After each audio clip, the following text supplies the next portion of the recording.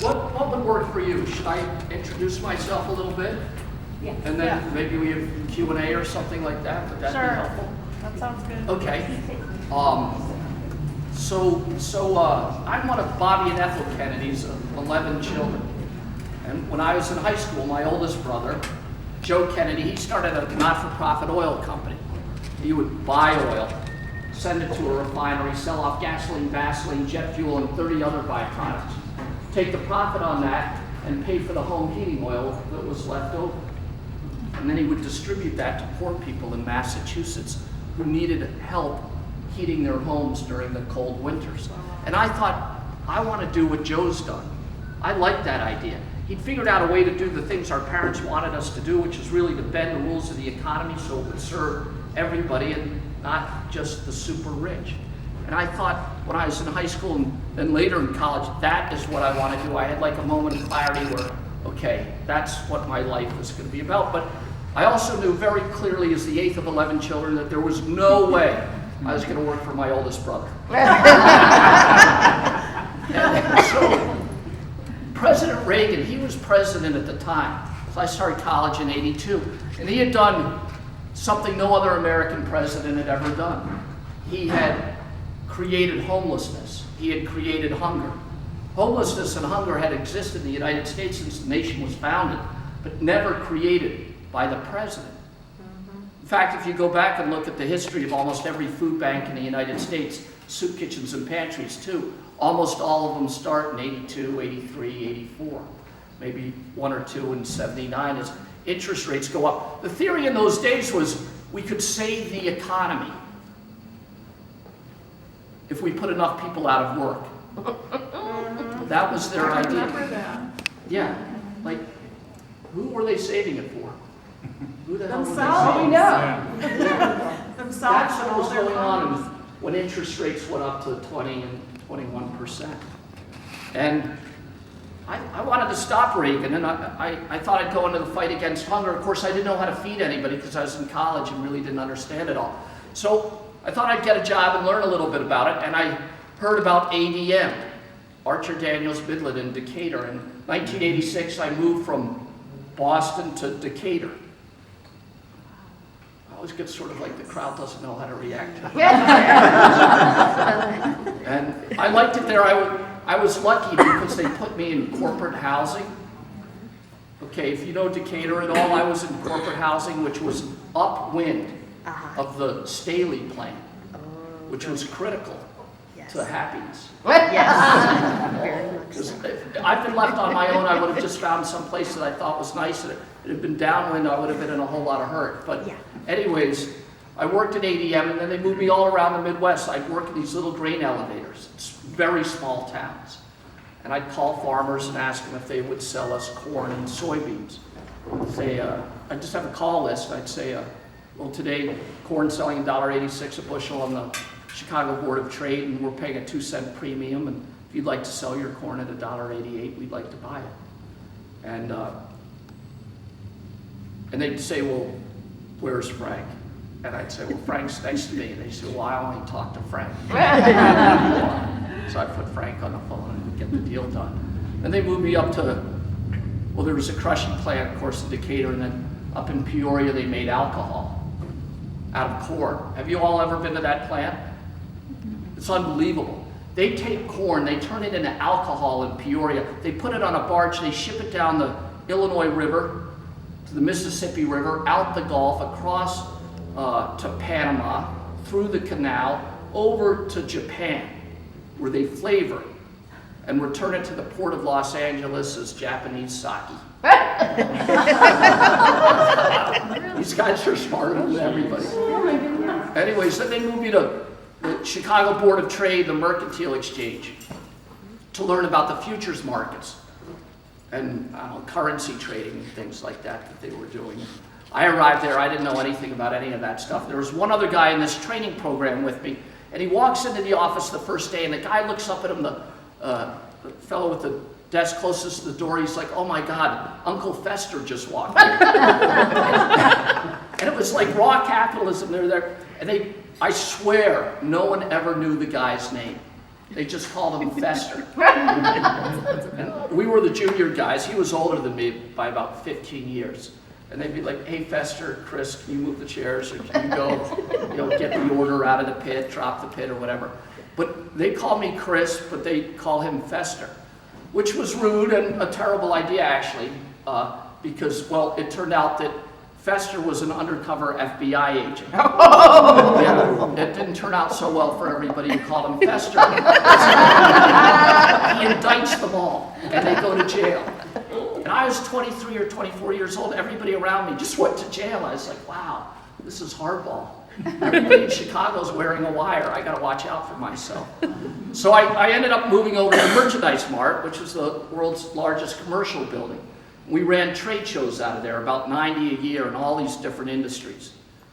We had about 10,000 exhibiting companies, 30,000 trade show booths in these shows all across North America and the world. More companies moved to Illinois to open an office for the first time in the Merchandise Mart Center than any other location in the state.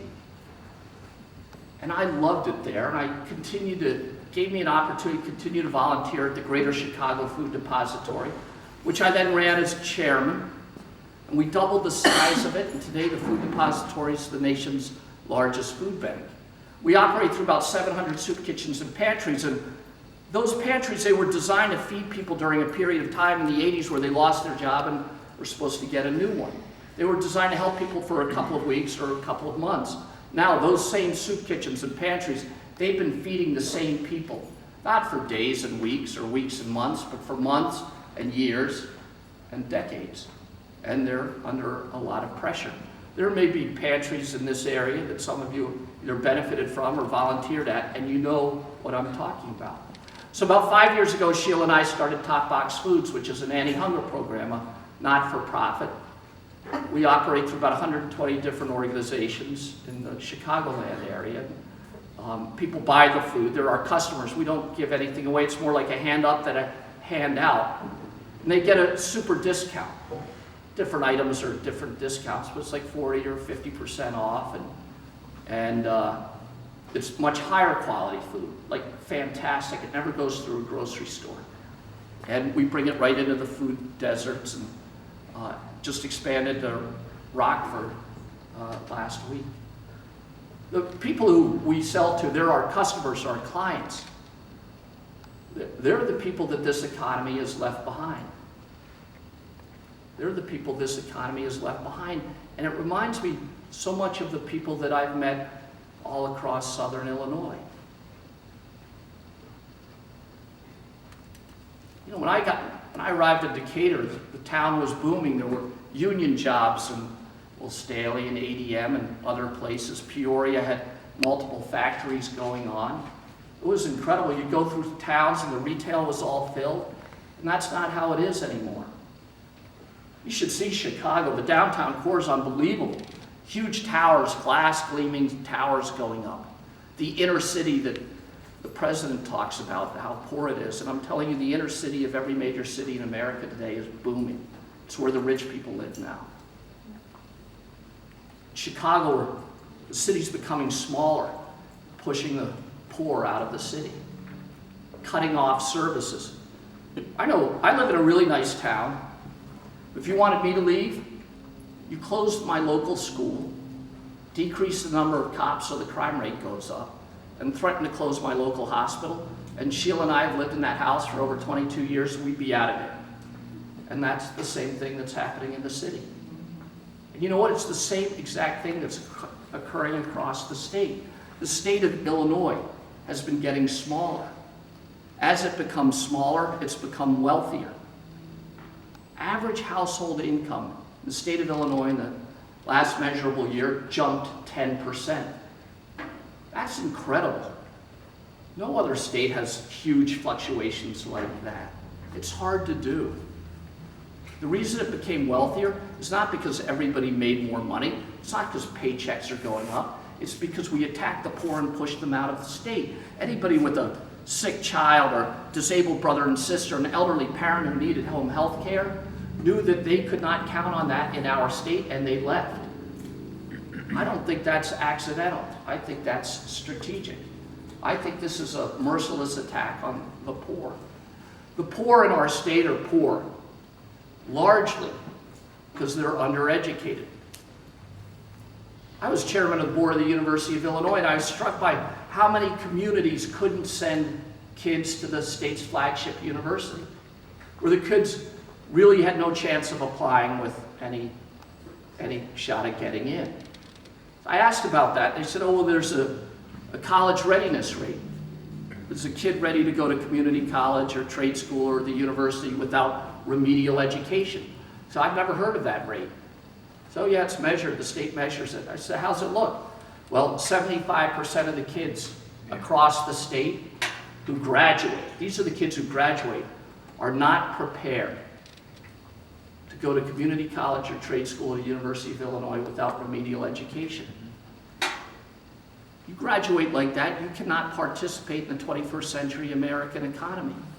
You want to know where the Trump voter came from? The person who feels like they're falling behind, that the American dream is slipping out of their reach, where they can't make it in this country anymore, where they're mad as hell, where they're angry, where they're blaming immigrants for taking their jobs because they can't make it.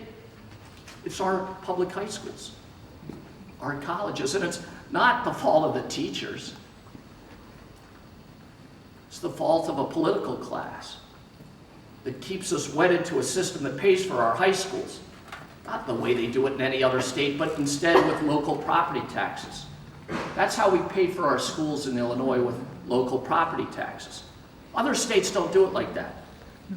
They don't. Nobody else does it exactly like we do it. There are states with great outcomes. You could Google that. What state has the best outcome? It's probably Maryland, maybe Massachusetts, Minnesota. They pay for their schools with a graduated progressive income tax, so that the wealthy have a chance to pay their fair share. That's how other states do that. Every Democrat, every Republican knows that that's what we should do here. They all know that. This is not like new knowledge. And why don't we change it? Why don't we change it when we had a supermajority in the House and in the Senate? Or when we had the House, the Senate, and the governor's office? Why didn't we change it? Well, I'll tell you, a handful of our elected officials act as property tax appeals lawyers. That's their side job. They're making money on a system that's damning our children. So, you don't see it maybe as clearly here as I do it in Chicago, because there's a building in Chicago that sold for $1.2 billion. It's reported on the front page of every paper. You go to the assessor's website, it's assessed for $600 million. That means there's $600 million in missing value. You look at the top 20 buildings in Chicago, it's exactly the same story. There's billions of dollars of missing value that should have been paying their fair share of taxes, because they hired one of our elected officials to represent them before the Cook County assessor, who is himself an elected official, who needs their support to get reelected. That's what's going on. Those dollars evaporate, and all the rest of us end up having to pay higher taxes. So that may sound crazy to all of you, but you go home tonight, look up your own town. You could go on a site called Zillow, and there's Realtor.com, maybe something that's more localized. Find a list of the last 20 houses that sold in your community. It's easy, it'll take you 7 minutes. Then go to the assessor's website, see what they were assessed for. They're going to have been overassessed. If you look at the list, you organize it, well, more expensive to less expensive, the least expensive houses will have been more overassessed than the wealthy houses. We're screwing the poor. We're overtaxing them and undereducating their kids. That's not, I mean, it's immoral. It's a violation of what I would describe as Catholic social justice. It's a violation of the American ideal, that notion that this is the land of opportunity where anybody can make it. We're violating that now. But it impacts all of us. When I was in high school, when I was in college, Well, me and my friends afterward, we moved to where the jobs are. Now the jobs are moving to where the highly educated kids are. If you're in a place where they're producing highly educated high school kids and college kids, the economy is expanding. So those places are, well, Silicon Valley, Boston, Austin, Texas, Research Triangle, North Carolina. They have booming economies. If we don't produce highly educated high school kids, no jobs will expand here. They'll never come here. They'll never look at us. They'll run away, and our economy will circle the drain. The thing is that that's a terrible outcome for Illinois, because it doesn't have to be like that. It's not like we can't fix this. All we have to do is steal ideas from other states and bring them here, but most importantly, we have great colleges, great universities, great publics in every population center in the state. If we supported them, we'd have great outcomes. Think about that list of the great economies in America.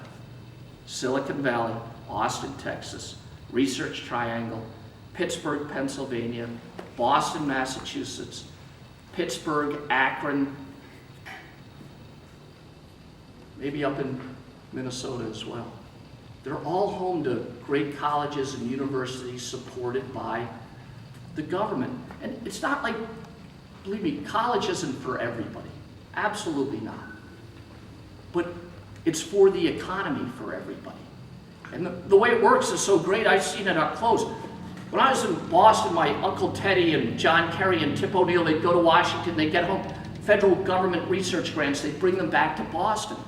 And they'd bring them back to the big universities there, and the professors would investigate basic research, how life works and things like that. But it would slough off applied research, like how to cure a disease, and people would invest in those ideas. They'd start these little companies who would employ a few people, who would pay taxes that funded local schools and educated a whole new generation ready to begin that cycle again and again. It's like perpetual job creation. And it works in the booming economies in America. It's the only thing that's ever worked in multiple cities in multiple decades. And we can do that in Illinois in a way that almost no other state can. But we need to stop the relentless attack on our colleges and universities. And we need to get change in the system in the way we fund our grade schools and high schools. We need to get the dirty money out of politics. And then we'll get the dirty politicians out of government. And then we'll get the changes that we need. We need every state rep and state senator to say, I agree, we should ban everybody in the legislature from having outside jobs that are adverse to the interest of the body they were elected to serve. Well, that's fancy language for, we need to prevent them from having a conflict of interest, which is obscure a little bit maybe, but the specifics of it are this. We gotta stop the state reps and state senators from acting as property tax appeals lawyers and destroying the future of our state. That's not on me. That's on all of us. I can't do that myself. I can't go to your state reps and your state senators and say voluntarily do this. But you can go to them. You can say, I'm your voter. You represent me. I'm paying your salary. I want you to take that pledge. And believe me, if you confront them like that, if you talk to them like that, and if you do so when you have one of these in your hand, and you've got the little video thing on, they will respond to you. They will do what you want them to do. Not me, you. You have that power. Believe me, a state rep or state senator who hears the same request from 3 people or 4 or 5 thinks the entire world believes that. But you can't send them an email, you can't call them up, you need to see them in person. And you talk to them about that. Say, what do you think about banning the conflict of interest? And you're going to see someone squirm. But make them squirm till they agree. Till they agree to stop a system that's damning the next generation. These are